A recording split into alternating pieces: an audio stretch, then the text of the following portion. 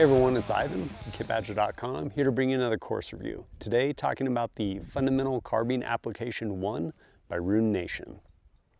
I had the good fortune to run that course. With it being a level 1 course, the barrier for entry is pretty low. Like, it is set up to essentially take the novice shooter, someone relatively new to shooting a rifle, a carbine, and kind of ramp it up. With that, at that course, even though it was relatively small, which is always a favorite as far as a student, because you of course have more instructional time with the instructor. But yeah, it allowed us to basically take that group and move through and probably ultimately get to stuff that we maybe wouldn't have if it was a larger course. But being a level 1 course, of course, start at the bottom, just kind of baseline fundamental stuff. From there, kind of in part, to give Ian, the instructor, basically a snapshot of where the class is and what needs to be worked on, what needs to happen to get people where they need to go. And just starting initially with those fundamentals. After initially confirming our 0, moved into some of those basic fundamentals. One of which is honestly just shouldering the weapon. Essentially getting it to where, hey, this is what we want to do. We want to be able to do it consistently, so we have that same thing every time, and just kind of working through that.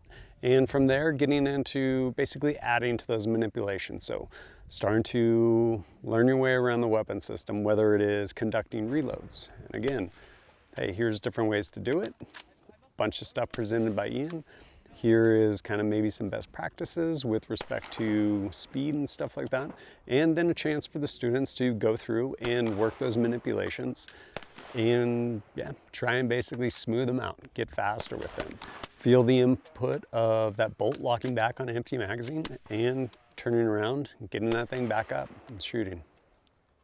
Having trained before with Runenation, a couple of things I really appreciate with Ian is, one, his ability to read the skill level of the class and adjust it accordingly, and 2, incorporation of movement.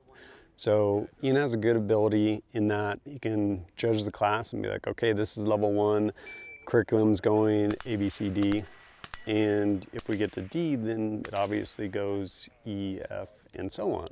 And so because we had a relatively small class and because they caught on pretty quick, we were able to progress past rather than just sticking with like, hey, color in these boxes right here, which is really cool, especially if you're traveling, coming from out of state, something along those lines.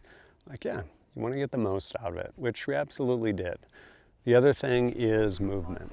Movement's important, and we were able to get into it. Initially starting with just linear, like moving forward, being able to move back, which while there is value there, I think there's probably more value in lateral movement, and establishing that everyone in the class could safely manipulate their weapon while doing that, started to incorporate some lateral movement, which I thought was really cool as well. And to the end of skills and abilities, if you want people to fall apart, all you do is introduce a pro timer. And with that shot timer, what it allows is everyone with their different skill levels, no matter what it is, to basically push themselves in a task. And being able to, even if we're all doing the same thing, it allows that individual shooter to kind of self-discovery. How fast can I go with this until the wheels start to fall off? Like, okay, cool, like throttle it back some. And being able to run through a series of drills and just kind of find out how much you could push yourself, whether it was incorporating movement into something or it was manipulations, conducting reloads, being able to just kind of work through all of those things with that time element, which I think is really important. And again, as a level 1 class, even if the material wasn't something super fantastic, ninja, level 27, whatever, like, no, it allows you on an individual level the opportunity to progress at these different little, essentially fundamentals, and just smooth them out. The course culminated in a pretty fun little course of fire / stress shoot. And it built off of all those things we learned throughout the day, all of your different fundamentals, shooting positions, stuff along those lines, to include movement, with the added benefit of having to do a little bit of target identification. Ian is definitely really big in, whether it's in teaching rifle or pistol, in that essentially arming people with skills and abilities to use those weapons if need be in a defensive situation. To that end, probably not everyone needs to get shot. So the added benefit of basically getting thrown in with a little bit of target identification, it was really good. It turned it into, rather than me run through and just shoot everything, like, okay, like I need to think, like, does this person get shot? Yes or no? And basically working through the course of fire, which I thought was really good. I definitely got some good stuff out of that run.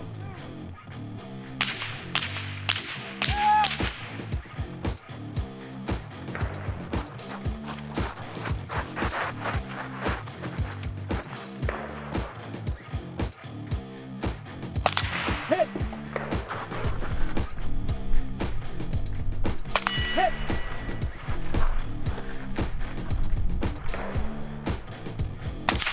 High! Hit!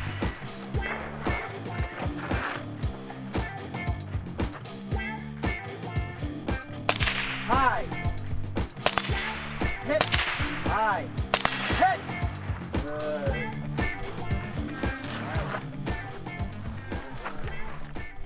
Hey guys, this is Ian from Runenation. Today we're going to be talking about my Functional Carbine Application 1 course. This course specifically entails how you as either a law-abiding citizen, law enforcement officer, or even a military member can not only safely but also confidently and competently run your carbine to the best of your ability. The only prerequisite for this course is, in the end, just being safe with the rifle, and as long as you're applying that, then in the end you will become a better shooter because of it. Coming away from this course, you can expect to understand not only the skills that are given to you in the class, but also being able to self-diagnose. And what I mean specifically by that is when you do mount the rifle and you do what's necessary, you're going to know in that moment when you press the trigger what you did or did not do right.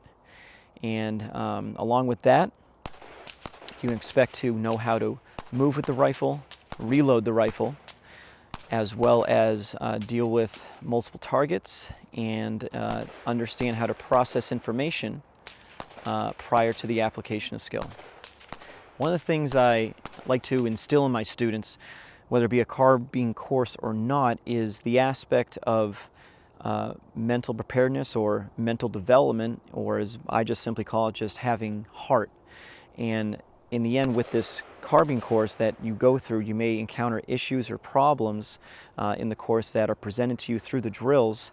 And in the end, whatever is presented to you, you're able to fight through it, and that will, in the end, translate to other aspects of your life, whether it be business, whether it be family, or whether it be on the range. We all need that to continue when in times or moments that initially we don't want to. In regards to finding more information, you can go to my website, runenationllc.com. There you can look at my course schedule, upcoming classes, as well as prices on there. For Instagram, you can find me at RunenationLLC, and for Facebook, it's just simply under Runenation. I hope to see you out on the range. I hope that you come to these classes to, in the end, become better and become strong both mentally and physically.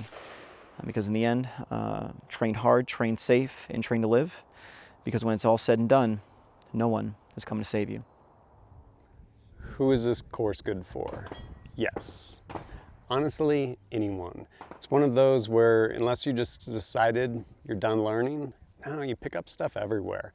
And as a level 1 course, I definitely appreciated Ian's ability to, again, scale off of the students that were there. So rather than just going through like, well, the book says we're going from here to here, it's like, oh, cool, like, well, we already made it here, let's keep on going. And again, even if it was literally like A to B, it's still A to B. And he does a really good job of breaking down some of those fundamentals and explaining them in a way that people can understand and consume, and get people kind of spun up on just those different fundamentals of using and manipulating carbine. Overall, definitely a pretty cool class. He teaches all over the US, travels quite a bit, based out of New Hampshire.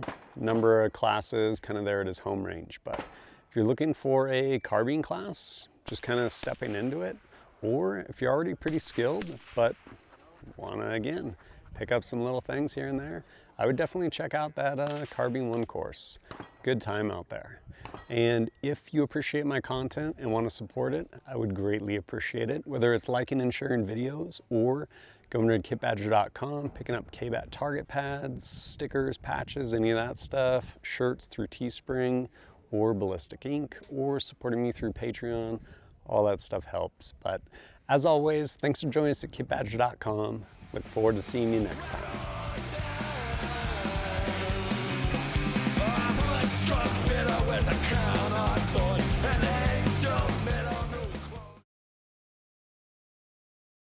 In the course description of this, it looked like the perfect complement to that, and I think it was.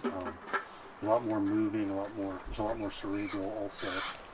Did some things I'd never done before, and uncovered some really critical weaknesses that I need to work on. Patience would be a top. And I burned down Miss Crowley. Don't feel great about that, so you just need to slow down and focus a lot more. Absolutely. Yeah. Stay away. I'm absolutely glad I did, because I came here wanting to learn how to self-diagnose and teach. You know, obviously we're not going to learn everything in one day. Yep. But you did exactly that. You gave us the tools to basically self-diagnose and to progress, you know, on our own. And, you know, you, like everybody else has said, you also instilled that, like, you can't give up, you know. Okay, you have a problem, work through it, you know, which is, you know, that's huge. Yeah. You know, and I think that's huge, because that's probably where most of my learning happened today, was from you telling me to work through it. And I'm like, okay, all right, you know. You're always encouraging, never negative on anybody, no matter what they're doing, no matter what. It's always a positive, you know, you always have a positive way, solve the problem, you know, it's never, yeah, it's been an outstanding class. Can't wait to put all this stuff into practice over this next year and come back to the 2 class and be better. I mean, that's what it's all about for me, and probably for everybody, just to be better. Some instructors or some classes are like, oh, okay, you shot a couple times, you fucked up, you're done, let's move on, keep the class going. I really appreciate not letting anybody quit, not, you know, when they get out of sorts on a drill, say, fix it, run it, do it, complete it. I really enjoy that. You know, it means a lot when you're like, okay, come on, you can do it, stay with it, and then you finish it and you feel better. You're like, okay, well, I fucked up big time, but I still did it. But you have created an environment where we all can learn, and also, you know, look at each other and be like, hey, keep going, good job. And creating an environment like that with people that don't know each other is hard. So I appreciate that, because that's an environment where people will learn and take down those barriers and open up a little bit and be like, yeah, I really screwed that up, or, you know, that's what it takes. So creating an environment that is fruitful for learning is a skill.